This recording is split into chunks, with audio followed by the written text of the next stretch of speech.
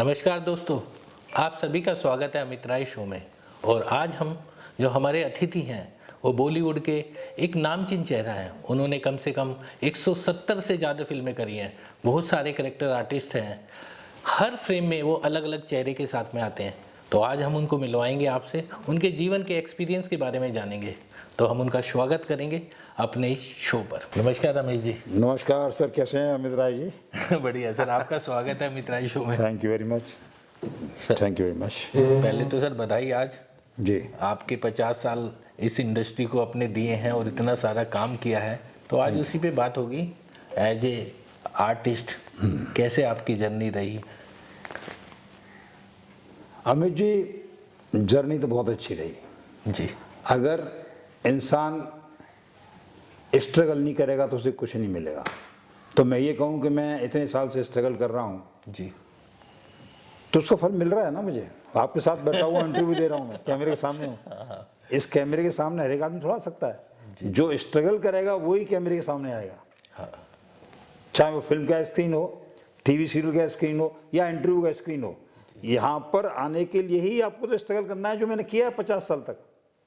तो मैंने कोई बहुत बड़ी बात नहीं की, कोई एहसान नहीं किया कि मैंने 50 साल इस इंडस्ट्री को दे दिए। क्योंकि मुझे इंडस्ट्री में अपनी पहचान बनानी है तो मुझे स्ट्रगल करना ही पड़ेगा, और सबने किया है। मैं हिंदुस्तान के मैक्सिमम स्टार्स के साथ मैं काम कर चुका हूँ। शायद ही कोई ऐसा एक्टर होगा जिसके साथ मैंने काम नहीं किया हो, चाहे वो क्राउड में किया हो, चाहे 2 डायलॉग बोले हो, कहीं से मार खाई हो, किसी ने मुझे घूसा मारा हो, किसी ने मुझे कुछ और डायलॉग बोल के भगा दिया हो, या मैंने उसे भगा दिया हो, मैंने उसे मारा हो। कहीं न कहीं किसी न किसी सीन में हर एक्टर के साथ मैंने काम किया है। शायद हिंदुस्तान में इन 50 साल में ऐसा कोई एक्टर नहीं बचा जिसके साथ मैंने काम नहीं किया हो। तो सबको स्ट्रगल करना पड़ता है। आज रमेश गोयल एक चेहरा है, एक नाम है, लोग वक्त जानते हैं, सब जगह आपका नाम है। सर आप तो फिल्मी बैकग्राउंड से नहीं थे, तो आप बेस ऑन आगरा से थे। तो वहाँ से जर्नी कैसे शुरू हुई आपके? सर आपको एक बात बताऊँ जी। 90% लोग फिल्म के बैकग्राउंड से होते ही नहीं है। आप पूरी हिस्ट्री उठा लीजिए जी उनके, कभी खानदानों के एक्टर बना ही नहीं, कोई डायरेक्टर प्रोड्यूसर कुछ बना ही नहीं जी। खानदान में से एक्टर आने वाले बहुत कम है फिल्म लाइन में। 10% भी नहीं है, लेकिन मैं मान के चलता हूँ 10% होंगे, लेकिन 90% बाहर से ही आते हैं। इसी तरह से मैं भी बाहर से आया हूँ। जब मैं देखता था बड़े बड़े एक्टरों को फिल्में देखता था, उनके डांस ये सब कुछ देखता, तो मैंने ये सब करते गया, तो मुझे भी ट्राई करनी चाहिए। ये बहुत अच्छी चीज़ है। अगर आप थोड़े थोड़े रोल में भी आएंगे तो पब्लिक पहचानेगी आपको। जी जी। आपको अपना इलाका पहचानेगा, नगर पालिका पहचानेगी, जिला स्तर पर पहचान बनाएंगे, प्रोविंस किस तरह पहचान बनेगी, इंडिया के स्तर पर पहचान हो सकती है। तो मैंने वही थीम लेते हुए स्ट्रगल शुरू कर दिया। मैं एक्चुअली बाई प्रोफेशन में जूनियर इंजीनियर था राजस्थान स्टेट इलेक्ट्रिसिटी बोर्ड में। तो वहाँ से मैंने रिज़ाइन किया। रिज़ाइन करने के बाद में फिर मैं घर वालों से बोला, भाई मैं एक्टर बनना चाहता हूँ। तो घर वाले चूँकि हमारे व्यापारी वर्ग के हैं, उस वक्त भी थे और आज भी हैं, तो बोले भाई हम लोग व्यापारी लोग हैं, ये सब एक्टिंग सब क्या है ये। मैंने कि घर वालों से मुझे तो एक्टर ही बनना है। अच्छा। तो मेरी शादी भी हो गई थी जब। अच्छा। तो शादी भी हो गई है, मेरे ऊपर जिम्मेदारी भी है, और मैं एक्टर बनना चाहता हूँ। और किसी भी आदमी को मुंबई में जानता नहीं मैं। एक हमारे बड़े भाई साहब हुआ करते प्रेमेंद्र, जो फतेहपुर सीकरी के थे, बस वो एक सहारा थे। तो मतलब उन्होंने थोड़ा कोऑपरेट किया मुझे, वहाँ गया मैं, मदद भी की मेरी। लेकिन एकदम चारों तरफ में मैं देखता तो अंधेरा अंधेरा नजर आता था। जहाँ देखूँ वहीं अंधेरा, कोई जान पहचान नहीं, लेकिन एक्टर बनना है, जिद। तो ऊपर वाला तो बड़ा ग्रेट है, जिसने उससे लगन लगा ली वो सुनता है। तो मेरी भी सुनी जी। और मैंने जाके रूप तारा स्टूडियो एक दादर में, वहाँ पर शिवसेना के कार्ड बनते थे, चित्रपट शाखा, शिवसेना की एक शाखा है, वो कार्ड बनाती थी। तो मैंने भी कार्ड बनवा लिया। उससे मुझे क्राउड में काम मिलना शुरू हो गया। तो क्राउड में 2 कैटेगरी थी, एक ऑर्डिनरी और एक डिसेंट। तो डिसेंट को 26 रुपये पर डे मिलता था, जिसमें मैं था। और एक कैटेगरी जो बहुत ही गरीब सा लगता है, चेहरे मोहरे से, कपड़े नहीं पहनने को, उसको 13 रुपये मिलते थे। तो मेरे पे तो कपड़े थे थोड़े बहुत, तो उन्होंने 26 की कैटेगरी मुझे डाल दिया। और उसी कैटेगरी से फिर मैंने आंधी और अमीर गरीब बड़े बड़े एक्टरों के साथ में काम किया क्राउड में, लेकिन मेरा कहीं चेहरा नजर नहीं आता था जी। क्राउड में ही रहता था मैं। भारत माता की, हमको बोलना था जय हो, हीरो बोल रहा है भारत माता की, हम बोल रहे जय हो। इसी बात के हमको एक शिफ्ट मिलती थी 26 रुपये, यानी 26 रुपये वो 26 है। तो इस तरह से हमारा महीने का खर्चा निकलता था, और वो भी डेली शूटिंग नहीं मिलती थी, कभी कोई मिलती थी। तो बड़ा हैवी स्ट्रगल था उधर, चूंकि परिवार वाले थे जी। उनकी देखभाल, अपनी देखभाल, बच्चों की पढ़ाई, पूरा घन एकदम जो है ज़बरदस्त स्ट्रगल था लाइफ में, ज़बरदस्त टेंशन, हर वक्त जो है मूड खराब रहता था। लेकिन जब हम सोचते थे हमको एक्टर बनने आए, तो हर आदमी अगर एक्टर बन जाता तो फिर वैल्यू क्या एक्टर की। तो रमेश गोयल तुम कोई एहसान नहीं कर रहे हो, टेंशन में हो, स्ट्रेस है, फ्रस्ट्रेशन है, डिप्रेशन है, ये सब कुछ है, तो वो इसीलिए है कि तुमको एक्टर बनना है। तो हम रात को सोच के फिर अपने को आपको समझाते थे, बोले डरने का नहीं, आपको एक्टर बनना है तो सब दुख झेलने पड़ेंगे। और मैं अकेले थोड़े झेल रहा हूँ, सैकड़ों आदमी झेल रहे हैं। हम जब रात को दिन में कई एक्टर्स मिलते थे, सब लोग परेशान थे, बोले भाई बनने आए तो आए एक्टर, लेकिन यहाँ तो बहुत बर्बादी है, यहाँ तो कोई सुनता नहीं कुछ भी, कोई डायरेक्टर प्रोड्यूसर बात करने तैयार नहीं है, फोटो देखने के तैयार नहीं है। लेकिन चूंकि हम जिद्दी किस्म के आदमी हैं, हमने जिद कर ली थी हमको बनना एक्टर, और लौट के जाना नहीं है आगरा फतेहपुर सीकरी, एक्टर ही बनेंगे। और तो हम डेली अपने झोपड़े में रहते थे। जी जी। वो ऐसा छोटा झोपड़ा था, और शौच वगैरह वो सब शौचालय सब बाहर थे, बाहर जाते थे डिब्बा लेके ऐसे। तो उस लाइफ से डेली सुबह निकलना और रात को घर पहुंचना, कभी खाना मिल गया, कभी नहीं मिल गया, कभी घर में आटा है तो कभी कुछ नहीं है, कभी वाइफ के लिए कोई सामान नहीं है, वाइफ की चप्पल नहीं है तो कभी हमारे जूते नहीं है। ये घनघोर स्ट्रगल सालों चला। लेकिन जी। वारे ऊपर वाले, तूने मेरी हिम्मत को बरकरार रखा, तोड़ा नहीं तूने मुझे, मैं तेरा लाख लाख शुक्र है। आज जो कुछ है वो तेरी वजह से ऊपर वाले, मेरे पास शब्द नहीं है आपको किन शब्दों में आपका आज शुक्रिया अदा करूं, धन्यवाद, क्योंकि आपको जरूरत ही नहीं है, आप तो भगवान है, मालिक हैं सबके। आपने आज तक मुझे हिम्मत दी है, और आप मुझे पूरी हिम्मत देते रहेंगे। तो मैं स्ट्रगल करता रहा, फिर क्राउड में काम मिलने लग गया। डाकू पिक्चर बनती थी उस जमाने में, 73 74 डाकू पिक्चर। तो हमसे घोड़ा चलाना आता नहीं था, राइडिंग नहीं आती थी हमसे। तब भी कहीं ना कहीं क्राउड में यहाँ वहाँ खड़े, आगे पीछे खड़े होके जो अपना दाल रोटी खर्चा निकालते थे।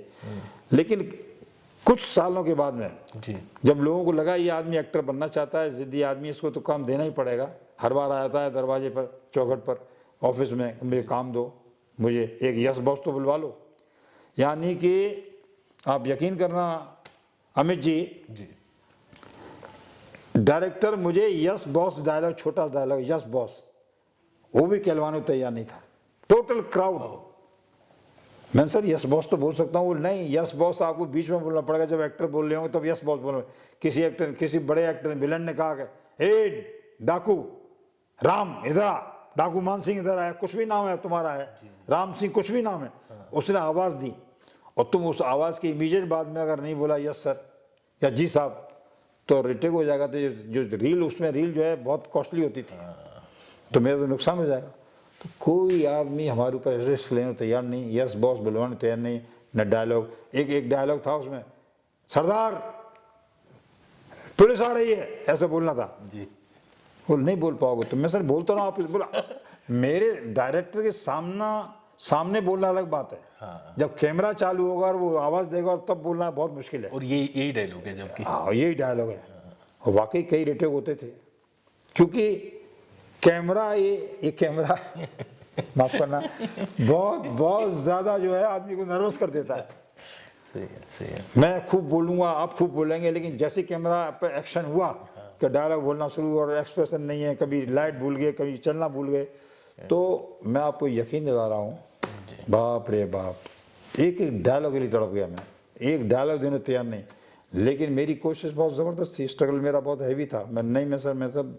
मैं डायलॉग बोलने वाला काम करूँगा। तो फिर मैंने जो क्राउड का काम था, उसका एक कार्ड होता था, कार्ड जो होता शिवसेना जो बनवाया था, उसको मैंने फाड़ा। और जब तक ये रहेगा तब तक मैं क्राउड में काम करता रहूँगा, ज़िंदगी मेरी क्राउड में निकल जाएगी। इसलिए पहले फाड़ा, तो उस दिन से मैं बेरोज़गार हो गया। जो मुझे 10-5 दिन काम मिलता था वो बनना बंद हो गया, तो कार्ड होल्डर को देख के ही काम मिलता था। फिर मेरा स्ट्रगल शुरू हुआ। बोल सर मैं एक्टर हूँ। हिम्मत आ गई कहनी मैं एक्टर हूँ, मुझे एक्टिंग करनी है आपकी फिल्म में। बोला हम कैसे मालूम आप एक्टर हैं? बोल सर मेरे फोटो देखी ना कितने अच्छे एक्सप्रेशन है इसमें। बोल नहीं ऐसे नहीं है, वो देखेंगे बाद में, जाओ जाओ ऐसे।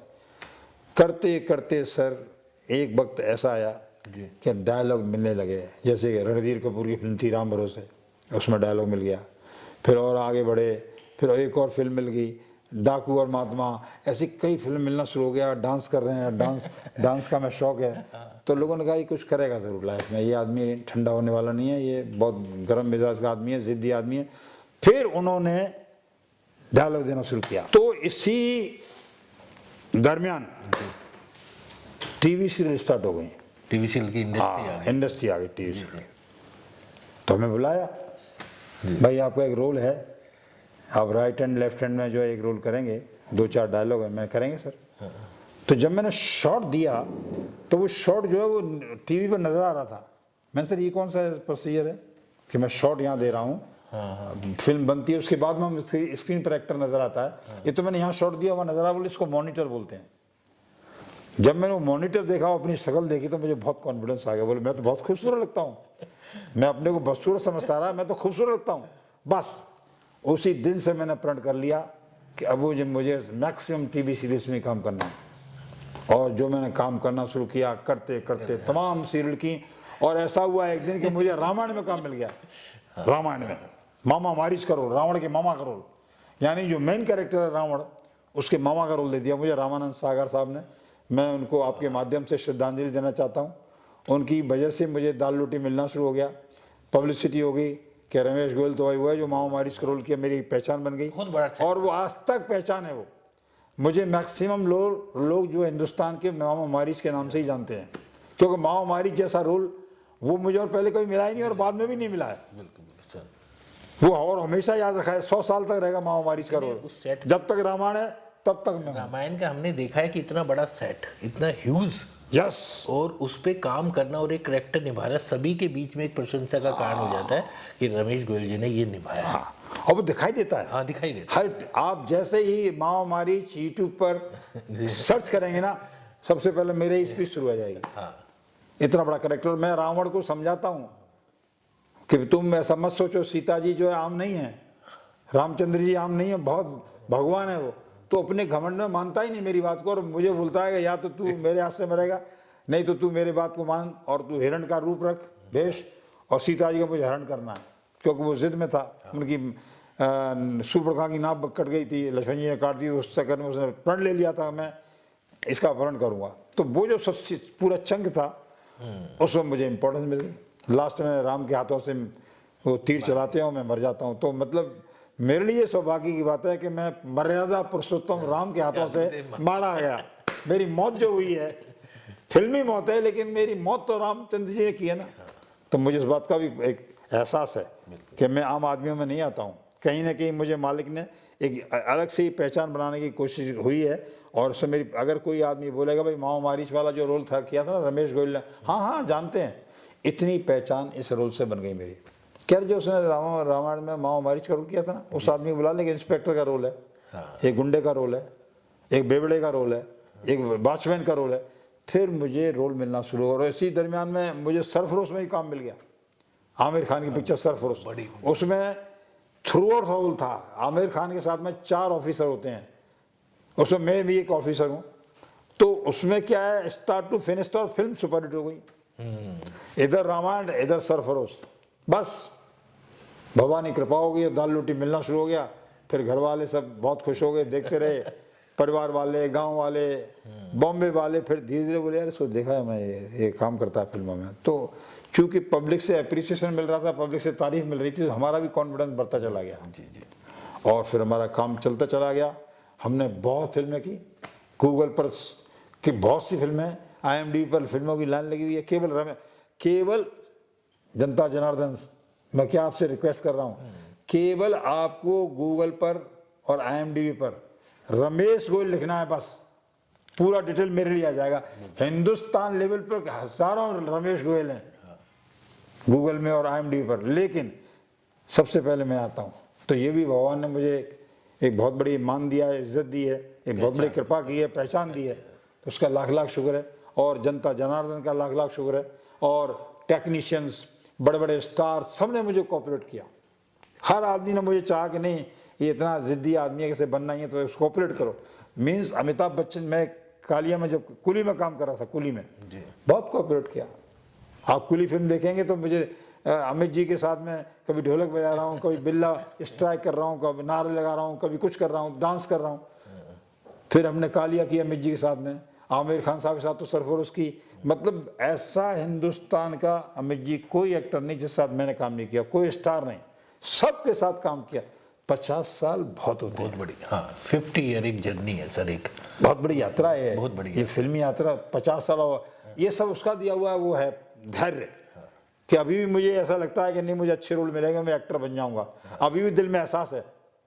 नहीं, आज भी आप ये सोचते हैं कि कोई भी नई चीज आ रही है, नई चीज सीखने को मिल रही है तो अडॉप्ट कर रहे हैं, जैसे नहीं बात होती नहीं, है। अभी मैं परफेक्ट एक्टर नहीं हूं। मैं जब तक पब्लिक ठीक तरह से नहीं पहचाने, और खासकर नाम से नहीं पहचाने कि रमेश गोयल जा रहा है सड़क पर, तब तक वो परफेक्ट एक्टर नहीं है। हम कहीं ना कहीं कमी है कि हमको नाम से तो बहुत बड़ी बात है, हमको बाई फेस में नहीं पहचान पाते, पता नहीं कौन है, बताना पड़ता भाई हम एक्टर, हमने ये किया वो किया, तो ये पहचान पूरी नहीं है, बहुत अधूरी पहचान है। तो अभी इतने सालों के बाद में, जबकि लोग रिटायरमेंट ले लेते हैं, कोई तपस्या में चला जाता है, कोई तीर्थ यात्रा चला जाता है, हम अभी भी उसी लाइन में लगे हुए हैं कि जब तक हम एक्टर नहीं बन जाएंगे तब तक हम इसी लाइन में रहेंगे, एज एन एक्टर रहेंगे और पूरी कोशिश रहेंगे। जैसे आपने अभी रोल दिया है हमको मेगा में, हो सकता है इससे हमारा करियर चेंज हो जाए। फिल्म सुपरहिट, जब फिल्म सुपरहिट होती है, चाहे छोटी हो चाहे बड़ी हो, बस तो सुपरहिट है वो, तो उसका हर कैरेक्टर जो है सुपरहिट है। हम तो कहेंगे कि आप बॉम्बे से आए हैं और हमने कहा आपसे बात करने का मौका मिलेगा, और फिल्म तो है ही सर आपके हाथ में, आपने सुनी। तो इसीलिए मैं हर फिल्म में ये हमेशा सोचता हूँ कि ये फिल्म अगर हिट हो जाएगी तो मैं भी हिट हो जाऊँगा। इसी उम्मीद में मुझे सालों निकल गए हैं, और मेरी उम्मीद टूटने वाली नहीं है। मैं हमेशा हर फिल्म से, हर सीरियल से, हर वेब सीरीज से उम्मीद लगा के बैठता हूँ कि मैं अच्छे से अच्छा परफॉर्म करूँ, अच्छे से अच्छा शॉट दूँ, डायरेक्टर को खुश करूँ, जिससे मेरा रोल आगे बढ़ जाए। और मैं एक्टरों की अभी मैं एक्टरों की गिनती में नहीं हूँ। एक्टरों की गिनती, वो एक्टर वो होता है जिसके फिल्म में आने से फ़र्क पड़ता हो, डिस्ट्रीब्यूशन वैल्यू बढ़ती हो। न मेरे फिल्म में काम करने से डिस्ट्रीब्यूशन वैल्यू बढ़ती है, न फिल्म में कोई फ़र्क पड़ता है। अगर मेरे कोई जगह दूसरा कोई एक्टर आ जाएगा तो वही बात है। जब एक्टर की इंपॉर्टेंस तब है जब भाई ये एक्टर चाहिए ही चाहिए, वो बात मुझे पैदा करनी है, जिसका स्ट्रगल चल रहा है और वो चलता ही रहेगा जब तक नहीं मिलेगा मुझे। हमें मेगा से बड़ी उम्मीद है, आपने वो स्टोरी सुनी है। हाँ, बहुत शानदार स्टोरी है मेगा की, तो ये इसीलिए तो मैंने साइन किया फौरन, बोले मुझे स्टोरी पसंद है। और सौरभ जी ने मुझे बहुत तरह नरेट किया। हाँ, सौरभ जी बहुत बढ़िया राइटर हैं, उन्होंने नरेट किया तो मैंने बहुत अच्छी स्टोरी और नई चीज़ है, तो मैंने फ़ौरन हाँ कर दिया, मैं ठीक है, और आज मैं यहाँ पर हूँ आपके सामने। नहीं है, बड़ा अच्छा है सर। आपके सर इतने सारे करेक्टर आप करते हैं, अभी ऐसा भी होता है कि कोई करेक्टर एकदम दिल को छू लेता है, वो एकदम अटैचमेंट आ जाता है, कहते हैं ना कोई करेक्टर को हम अडोप्ट करते हैं, तो कुछ करेक्टर ऐसे भी हैं कि सर आप अडोप्ट करते हैं? एक्चुअल में मैं सच्ची बात बोलूं कि मुझे कोई ऐसा कैरेक्टर मिला ही नहीं जिसमें कि मैं अटैच हो जाऊं। अच्छा। बहुत छोटे छोटे रोल करता हूं ना मैं, जब तक कि रोल पावरफुल ना हो, बड़ा ना हो, तो अटैचमेंट आता नहीं है। अब एक सीन का रोल कर रहा हूं मैं, उसमें क्या अटैचमेंट आएगा? जब तक माहौल बनता है तब तब तक वो रोल खत्म हो जाता है। तो सच्चाई ये है कि जो मेन रोल करते हैं, चाहे विलन हो, चाहे हीरो हो, चाहे हीरोइन हो, चाहे कॉमेडियन हो, या और भी कैरेक्टर होते हैं, उनका इन्वॉल्वमेंट बहुत ज़्यादा होता है। हम तो एक दिन के लिए आए, कुछ बोला, अपने जो पेमेंट लिया और चल दिए। तो अटैचमेंट सब्जेक्ट से तभी होता है जबकि वो उसमें मेन रोल निभा रहा हो, जैसे कि आपकी मेगा में निभा रहा हूँ। मेगा में अटैचमेंट होगा मेरा, बिल्कुल होगा सर। मेरी बेटी है, उसका मैं बाप हूँ, उसके सामने प्रॉब्लम्स हैं, मुझे सॉल्व करनी है, मेरा भी मर्डर होना है, क्या क्या होना है, मतलब तो वहाँ अटैचमेंट हो सकता है। स्टोरी इस तरह की, स्टोरी से लिंक जब रोल होता है, स्टोरी से लिंक है। अब जैसे कि सरफरोश लीजिए, सरफरोश में मेरा बहुत अच्छा रोल है, लेकिन वो आमिर खान साहब के साथ है। मेरा अटैचमेंट जो आमिर खान साहब के साथ है, स्टोरी में मेरा अटैचमेंट नहीं है। मुझे यस मैनू में आमिर खान साहब का जो बोलते हैं मैं हुक्म की हाँ जी यस सर। तो आदमी जब इंडिपेंडेंट रोल करता है और स्टोरी से लिंक्ड होता है तो फिर अटैचमेंट होता है। फिर वो समझने की कोशिश करता है कि मुझे क्या एक्सप्रेशन देने हैं, क्या परफॉर्म करना है, कहाँ ऊंची आवाज़ में बोलना है, कहाँ नीची आवाज़ में बोलना है, कितना स्लो बोलना है, किस एक्टर के साथ में क्या सेंटिमेंट्स होने चाहिए, क्या प्लेसिंग होनी चाहिए। फिर जब एक्टर को रोल मिलता है तो अपने आप डेवलप हो जाता है। और डायरेक्टर होता है इसीलिए कि वो डेवलप कराता है। डेवलप कराता है।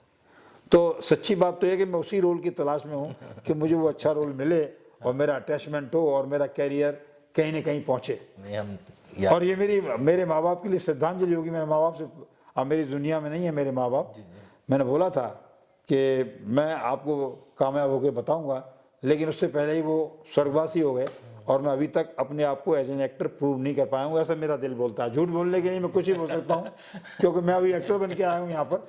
लेकिन परफेक्शन जब ही आएगा जबकि मुझे अच्छे रोल मिलेंगे, पब्लिक मुझे अच्छी तरह से पहचानेगी और मैं अच्छी तरह से परफॉर्म करूँगा, तो फिर मैं अच्छे एक्टरों में गिनती आऊँगा, फिर मेरी डिस्ट्रीब्यूशन वैल्यू होगी, हर जगह वैल्यू होगी, तो मैं बोल सकता हूँ भाई now I am perfect actor.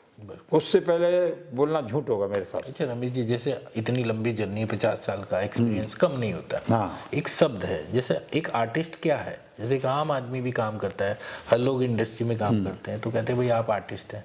Artist की क्या डेफिनेशन है आपकी? मेरे हिसाब से गंवारू लफ्जों में, क्योंकि मैं तो गांव का रहने वाला हूँ।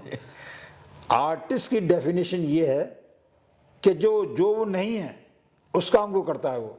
जैसे मैं चोर का रोल कर रहा हूँ, चोरी कर रहा हूँ, चोर का रोल है मेरा, मैं चोर थोड़ा ही हूँ, लेकिन पब्लिक को स्क्रीन पर मैं चोरी नजर आऊंगा, उसको बोलते हैं एक्टर।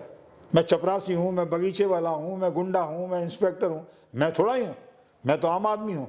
लेकिन जैसे ही मैं ड्रेस पहनता हूँ और डायलॉग मिलते हैं तो वही भाव मेरे चेहरे पे आते हैं, उसी तरह का डर, उसी तरह की गुस्सा, उसी तरह का लुपा छुपी, जो भी कुछ होता है वो उसी तरह का होता है जो डायरेक्टर चाहता है, जो स्क्रिप्ट में है, वो एक्टर होता है, वो एक्टिंग कहलाती है। चूक और एक्टर की वैल्यू इसलिए ज़्यादा है कि वो नहीं है और फिर वो उसे प्रूव कर रहा है कि मैं ये हूँ, जबकि वो नहीं है।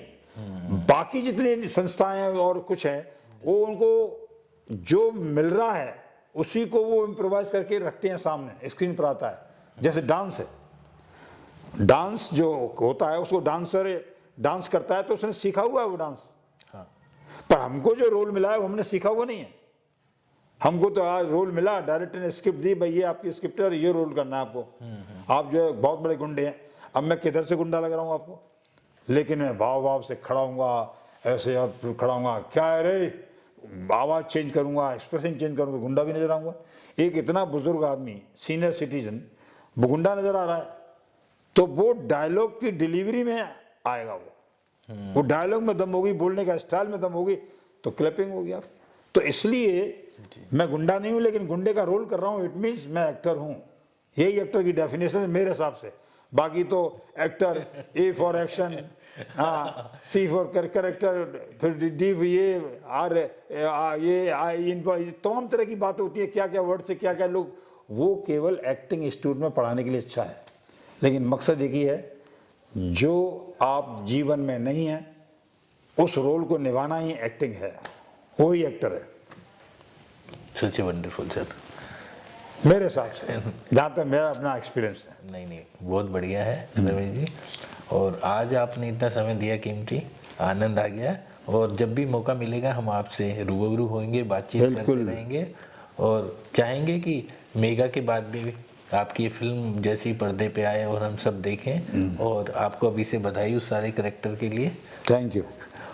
आगे मैं आपको धन्यवाद दूंगा, थैंक यू सर, कि आपने मुझे इस लायक समझा, अपनी फिल्म में लिया, और जो दुनिया भर में जो चलेगा अभी ये यूट्यूब पर जितना प्रोग्राम हमने बोला है, जो भी कट छट के रह जाएगा, तो पब्लिक तो मुझे अप्रिशिएट करेगी ना। आप थोड़े हैं फील्ड में, फील्ड में तो मैं हूँ। तो इसलिए इस बात का भी धन्यवाद आपको, आपने मुझे फिल्म में लिया, इस बात का धन्यवाद। Thank you, thank you very much. नमस्कार, जय हिंद।